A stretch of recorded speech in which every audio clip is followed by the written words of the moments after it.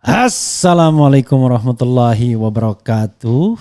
Sobat RH sekalian, jumpa lagi kita di channel yang keren ini. Keren cadas. Ya sobat semuanya, ini saya ngakak ya mendengar atau membaca berita ini. How come? Bagaimana mungkin tiba-tiba Kejaksaan Agung mau mengusut kasus korupsi di Komisi Pemberantasan Korupsi. Allahu Akbar, na'udzubillah min zalik ya. Luar biasa. Kok bisa ya, itu kehebatan pemerintahan sekarang membalikkan yang A jadi B, jadi B jadi A.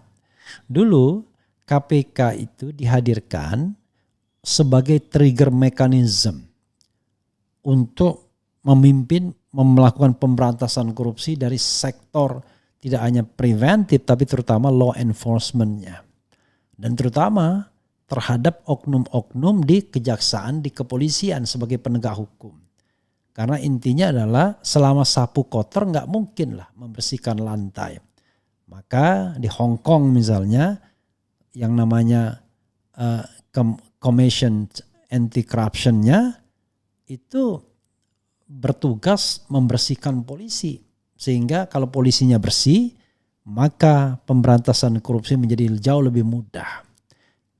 Jadi penegak hukum tidak menjadi bagian dari korupsi itu sendiri. Nah ini kita tahu masih ada Pinangki, ya, Jaksa Pinangki, masih ada Brigjen Utomo, Prasetyo Utomo, dan orang-orang yang terlibat dalam kasus-kasus korupsi. Itu tingkat atasnya, belum lagi tingkat bawahnya. Ada yang memeras lah, ada yang terlibat narkoba dan lain sebagainya dan lain sebagainya. Tapi KPK yang diharapkan sebagai pemimpin trigger mechanism sekarang korup juga. uang dinas diembat. Kemudian sekarang tiba-tiba Kejaksaan Agung dengan jumawa mungkin mereka bergembira, senang kapan lagi ngerjain KPK, mau mengatakan mau melakukan penyelidikan terhadap kasus korupsi yang ada di kejaksaan di KPK. Jadi mau melakukan penyelidikan ya terhadap kasus korupsi yang ada di KPK. Allahu Akbar, ya na'udzubillah min zalik. Ya, coba kita bacakan beritanya ya. Luar biasa. Ini bikin kita ngakak jadinya. Dunia terbalik-balik sudah. Kejagung bakal usut korupsi di KPK. Oke, Kejaksaan Agung bakal mengusut kasus dugaan korupsi di internal Komisi Pemberantasan Korupsi yang kini mencuat di publik seperti pungutan liar, pungli di rumah tahanan, rutan, dan pendilapan uang perjalanan dinas luar kota. Tidak masalah, kami pasti siap, kata Kepala Pusat Penerangan Hukum Kejaksaan Agung, Ketut Sumendana. Maka Ketut mempersilahkan KPK jika ingin melimpahkan perkara tersebut ke Kejagung. Menurut Ketut, hal itu merupakan bentuk kerjasama antara Kejagung dengan aparat penegak hukum lainnya untuk memberantas praktik korupsi. Jadi kerjasama itu sendiri mengandalkan yang bermasalah itu adalah masyarakat. Padahal masalah itu di penegak hukum sendiri, bro. Oke. Silakan saja dilimpahkan ke Kejagung karena itu bentuk kerjasama kami dengan aparat penegak hukum lainnya, tutur Ketut. KPK sebelumnya menyatakan bahwa kasus korupsi yang terjadi di internal KPK berpeluang dilimpahkan ke aparat penegak hukum lain, yaitu Polri atau Kejaksaan Agung. Nanti kalau tidak masuk kategori perkara yang ditangani KPK, itu akan diserahkan kepada APH lain, bisa kepada kepolisian ataupun kepada kejaksaan, kata pelaksana tugas PLT Deputi Penindakan dan Eksekusi Asep Guntur kemarin. Asep mengatakan berkas kasus yang dilimpahkan tidak serta-merta secara mentah diserahkan ke APH lain. Karena KPK sudah melakukan penyelidikan lebih awal, KPK juga sudah mengumpulkan bukti-bukti sehingga sudah mengetahui unsur pidana dari peristiwa ini. Jadi ketika kita menyerahkan nanti ke APH lainnya, itu peristiwa tindak pidana korupsinya misalkan sudah jelas, jadi nanti tinggal melanjutkan. Jadi tahap awal penyelidikan itu dilakukan oleh KPK, jelas Asep. KPK tengah mempelajari permainan pungli di rutan dan pegawai yang menilap dana dinas tersebut sehingga lembaga anti korupsi dapat menggunakan formula berbeda untuk mencegah kasus itu terulang. Ya, sahabat era sekalian, ya. Mereka yang pungli ini adalah mereka yang lolos tes kebangsaan. Tes wawasan kebangsaan, ya. TWK. Jadi tes wawasan kebangsaan. Mereka lolos. Luar biasa. Yang tidak lolos itu Novel Baswedan dan kawan-kawan karena dianggap tidak punya wawasan kebangsaan.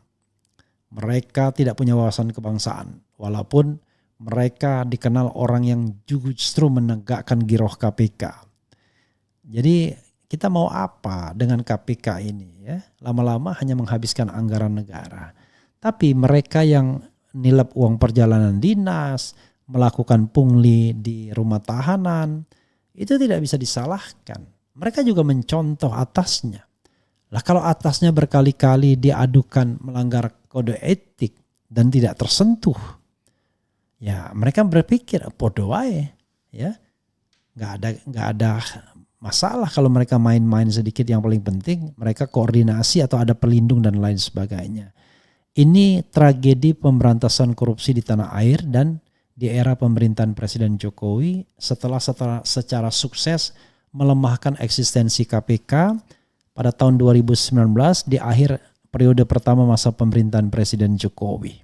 Dan Presiden Jokowi tidak memveto, tidak membatalkan, tidak mengeluarkan perpu terhadap undang-undang perubahan undang-undang KPK yang melemahkan KPK tersebut.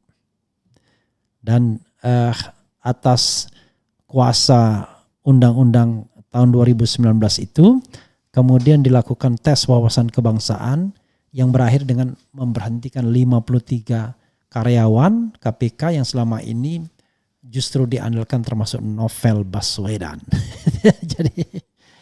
Jadi gimana kita mau bicara tentang pemberantasan korupsi walaupun in general saya mengatakan tidak ada presiden yang berhasil memberantas korupsi mulai dari Bung Karno, Pak Harto, Gus Dur, Habibie dulu, Gus Dur, Megawati, Susilo Bambang Yudhoyono sampai dengan Jokowi. Mereka semua gagal memberantas korupsi karena to some extent masih berkompromi. Masih ada kompromi-kompromi dan yang namanya pemberantasan korupsi itu tidak menjadi blood, ya, tidak menjadi nadi mereka, tidak menjadi obsesi mereka. Malah ada permisif ya terhadap tindakan-tindakan koruptif, terutama kolusi korupsi dan nepotisme secara keseluruhan. Misalnya penempatan personil tertentu di jabatan tertentu dan lain sebagainya. Semua penuh dengan praktik-praktik korupsi yang ditolerir hingga saat ini.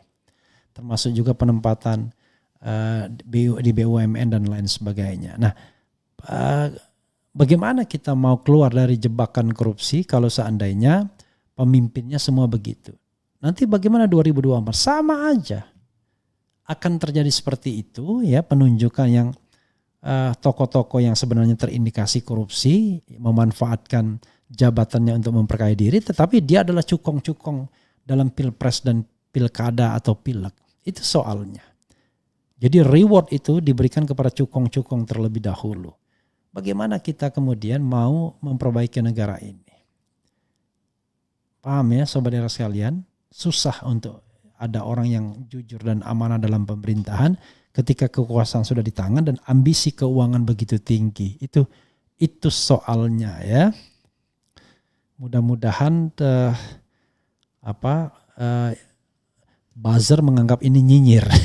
Bayangkan ya, orang berobsesi agar korupsi dibantai, ya, diberantas, negara ini menjadi negara yang lebih adil, masyarakat kecil diperhatikan, negara ini menuju masyarakat yang baldatun, toyibatun, warupun ghafur, lah kok dibilang nyinyir.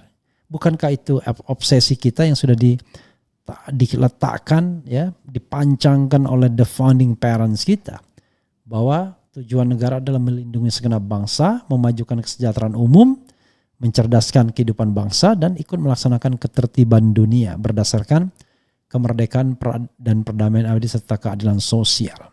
Wassalamualaikum warahmatullahi wabarakatuh. Ciao.